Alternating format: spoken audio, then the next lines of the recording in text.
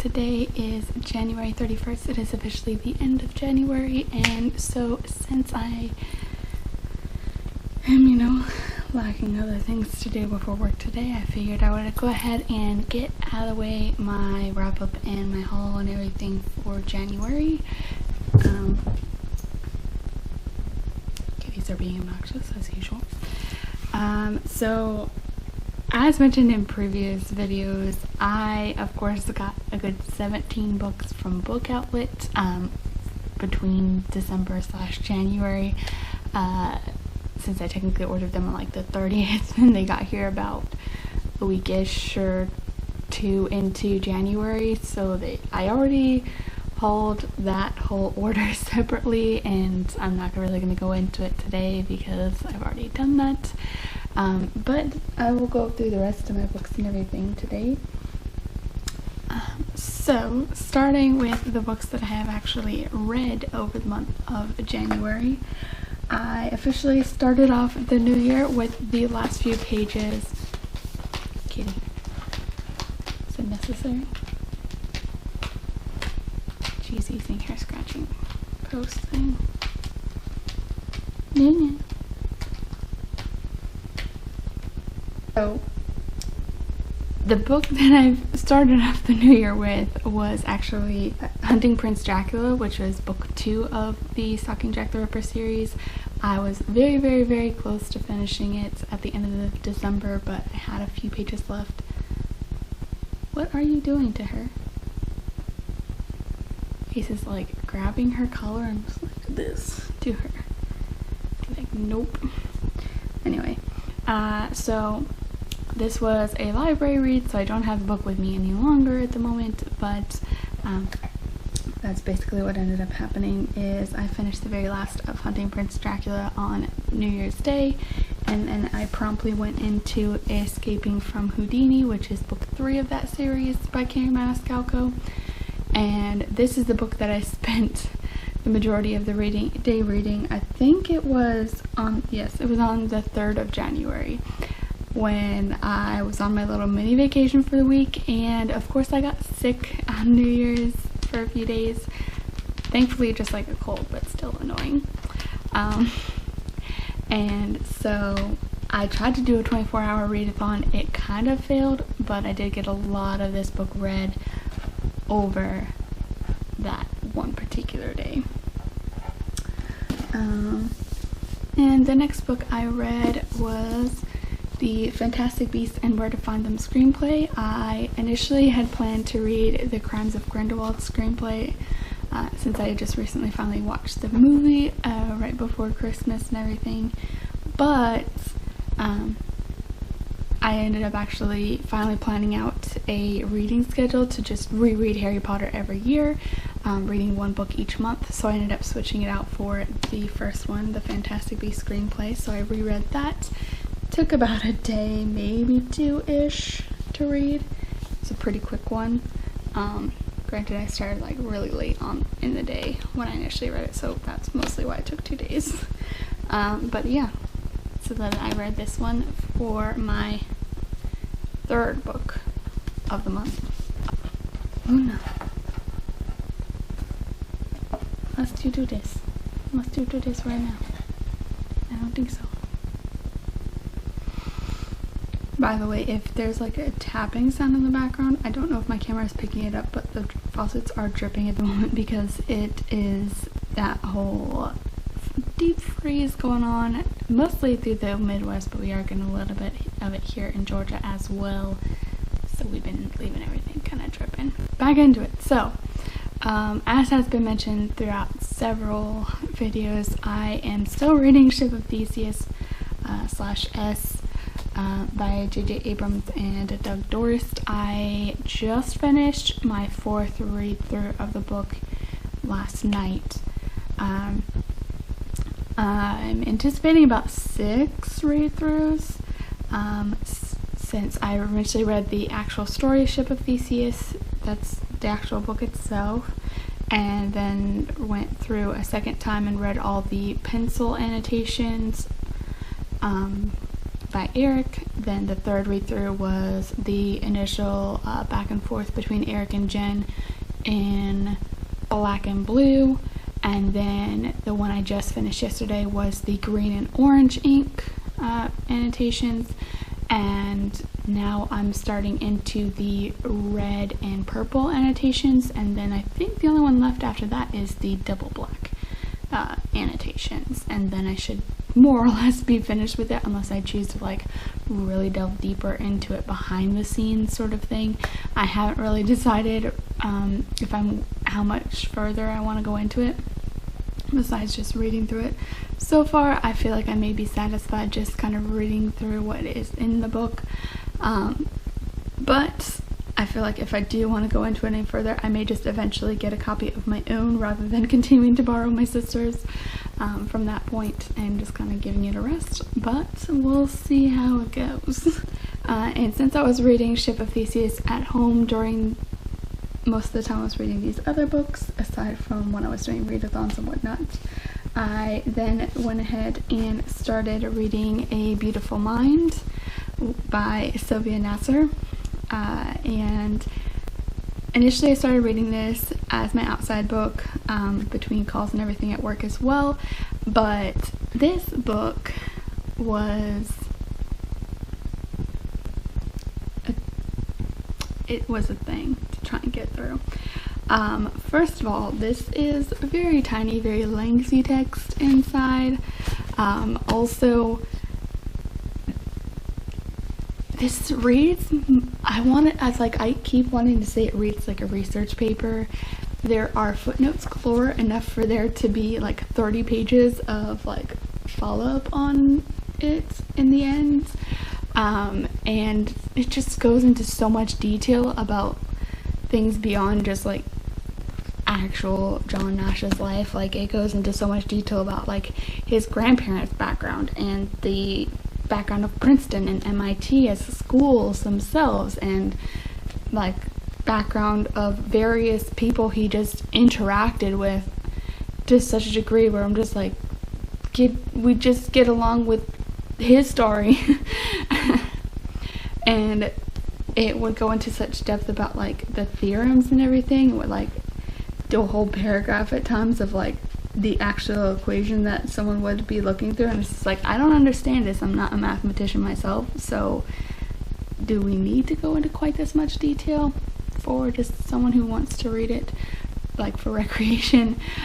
So I did have a little bit of trouble with that, and with it being that way, I had a lot of trouble reading it at work because I couldn't really control when I would be pulled out of the book when calls would come through. So I went ahead and kind of stepped away from this one a little bit, and so I then got to the point where I was reading 3 books at one time.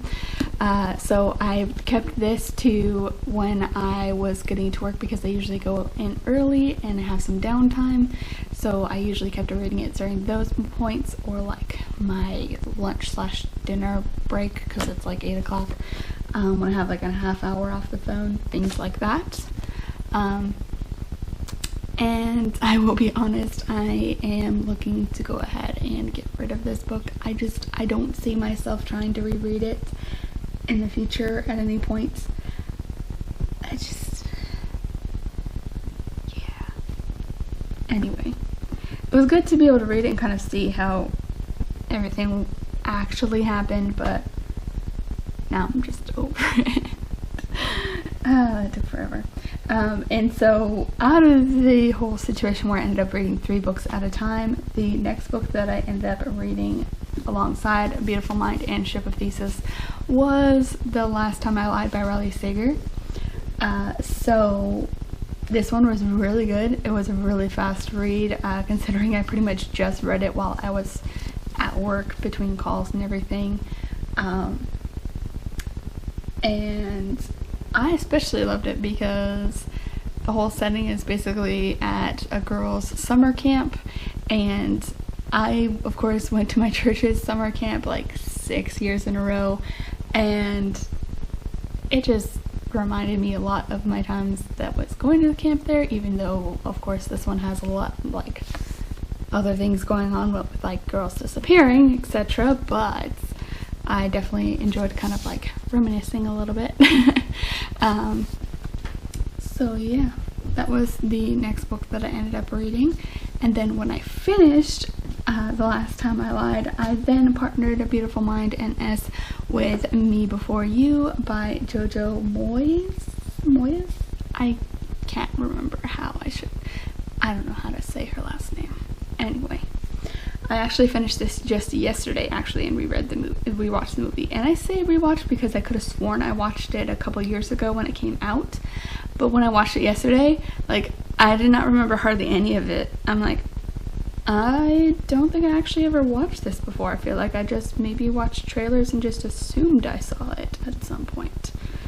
So, because I just remember at first I was like, oh my god, I totally forgot that, you know, Matthew Lewis and Jenna Coleman were in this movie with, you know, what's her name?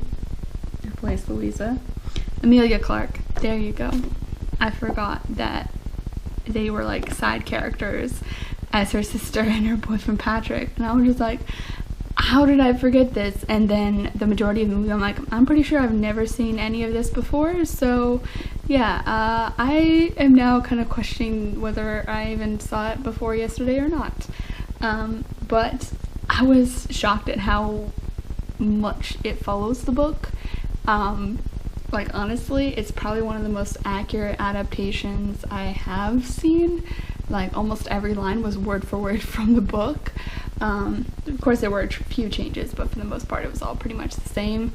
I'm still a little torn about that ending, but I still love the book 100%. And the plan was to follow these up directly with the second and third books in the series, but that will be coming up later in February because I have other plans coming up here. But I will be getting to them in February if I can. So yeah, that was the most recent one I finished. And then, seeing as I still have the whole day of today to finish out January officially, I am also going to go ahead and include the Crimes of Grindelwald screenplay, which I am reading for my February Potter Challenge read. So it may or may not bleed into tomorrow depending on how things go at work today, but seeing as I will be getting a probably decent chunk into this today, I figured I might as well include it. And so yeah, those are my books for the month of January for what I have read. So all in all, this is what we have for my January reading, although technically there should be one more for my library book of the month, but there's basically what we're looking at. And so overall, between the books I have read so far, 1, 2, 3, 4, 5. Technically I managed to finish 6 books so far, so not all that bad. If I can at least get a good chunk into Crimes of Grindelwald, I'll be A-okay with how I did this month, even though I was kind of hoping for 7, but still pretty decent there. Now that we've gotten through what I finished reading for the month of January, I fear I might as well go ahead and run into my book haul for the month of January, aside from the book outlet 17 books there that I've already gone through. So overall, let's see. First book we have for the month of January is Matilda by Roald Dahl. Then I also continued my Michael J. Fox biography / memoir collection with A Funny Thing Happened on the Way to the Future. Next we have Anne Frank, Diary of a Young Girl, Austenland by Shannon Hale, They Both Die at the End by Adam Silvera, Save the Date by Morgan Matson, and then among my Goodwill finds at the Macon Goodwill, I found this book, which is Cast Member Confidential by Chris Mitchell. Also at that same Goodwill, I came across book 3 in the Lunar Chronicles, which is Crest by Marissa Meyer. And the last one I found at the Macon Goodwill is kind of an odd choice, but it is A French Woman Don't Get Fat by Muriel Guyano. I feel like I'm saying that wrong, even though I should know better, having taken as much French as I have. But anyway, it's missing like the book jacket and everything. But yeah. The main reason that I've been kind of interested in reading this is because this is actually an audiobook, I think, that my mom was listening to when we were on our way to go and see Sagan for the first time, at least for me, when Nikki and Oren first came back from the hospital back in like 2012. So it's like my second or third vlog that I did way back when. Plivoise, un éclair, Paris-Brest, religieuse, or millefeuille, curiously called a Napoleon outside France. Always a Nobody's form at the of hospital. chewy, buttery sweetness. Sometimes I would even stop off for a palmier, a big puff pastry sugar-covered cookie, for my goûter, afternoon snack. As a student, I was living off things I could eat on the go. Hardly any greens were passing my lips, and my daily serving of fruit was coming from fruit tarts. I was eating and with utter contentment, except of course for how I looked. Now this was obviously not the diet I had picked up in America, where one could hardly say the streets are lined with. Finally, I was a millefeuille junkie. Like an addict, my body came to expect too much of what had once been blissfully intoxicating in small doses. And I think you can hear some of it in the background on our way there when I'm driving and kind of like calling them and being like, so are you guys still at the hospital? Are you guys home now? Like, where are we meeting you guys? And I remember hearing through enough of it that I was kind of like curious like where it was going. So now that I've seen a few mentions of it across Amazon, I think, and saw it at Goodwill, I figured I would grab a super cheap copy, because other than just the fact that I've heard enough to be like, I wonder what this is actually about, I probably wouldn't have picked it up otherwise. So yeah. I'm just kind of interested to see where it went based off what I did end up listening to years ago. It's just kind of like those things where you just randomly hear like a random comment and you're just like, I want to know where the rest of this story is going. Just kind of intrigued. Anyway. Then we have What If It's Us by Becky Albertalli and Adam Silvera, The Darkest Minds by Alexander Bracken, a copy of Speak by Laurie Halls Anderson, 1984 by George Orwell, Fangirl by Rainbow Rowell, 5 Feet Apart by Rachel Lippincott, The Bad Beginning by Lemony Snicket, which is the very first book in the Series of Unfortunate Events series. I have been trying to get around to a couple of the books that have been recommended to me by Beth from ages ago, like a decade ago, ages ago, and so I have managed to find a copy of the first book in the Septimus Heath series, which is Magic by Angie Sage. I do believe this one I did start reading way back when. I just don't remember how much I read, whether I even finished the first book or if I read more than one book. I don't remember. I just know that this one I did actually start reading, at least back at the time, and I did kind of find it interesting, so this one I have been kind of interested to get back into and see how I enjoy it this time around. Hopefully it'll go better than Artemis Fowl did. Artemis Fowl kind of, well, I know I probably would have read it at the time. When I'm trying to read it now, I just didn't really connect with me enough to continue reading it at this age, so I passed it along to Aeon, and she actually got more of the Artemis Fowl books at Christmas as well. So hopefully she does enjoy it. So yeah, we'll see how this goes. But Shopaholic Ties the Knot by Sophie Kinsella. And last but not least, when I traded in a couple of my books, there was one that I left off of my wrap-up. I'm a fail. So I did actually finish 7 books in the month of January for my wrap-up, actually, because I almost forgot. I read How Not to Spend Your Senior Year by Cameron Doki, which was one of these little Simon & Schuster rom-com books that I've had for ages.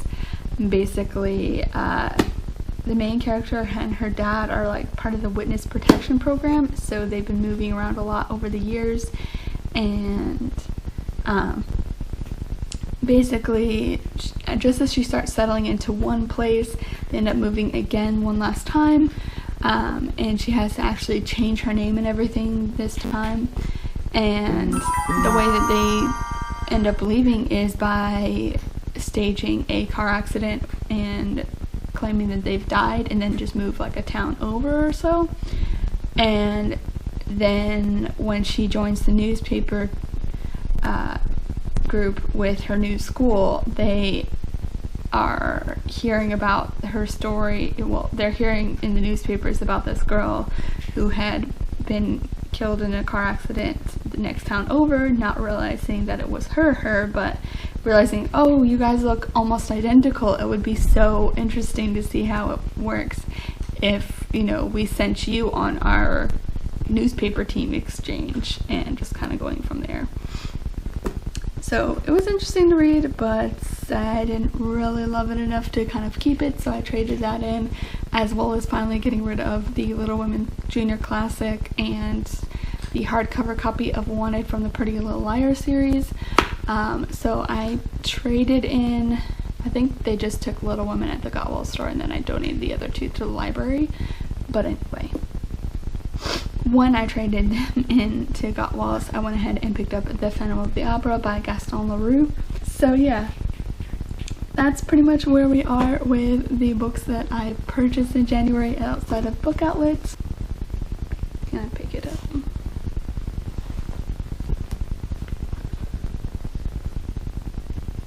Oh my god, they don't even all fit in the frame. So many books.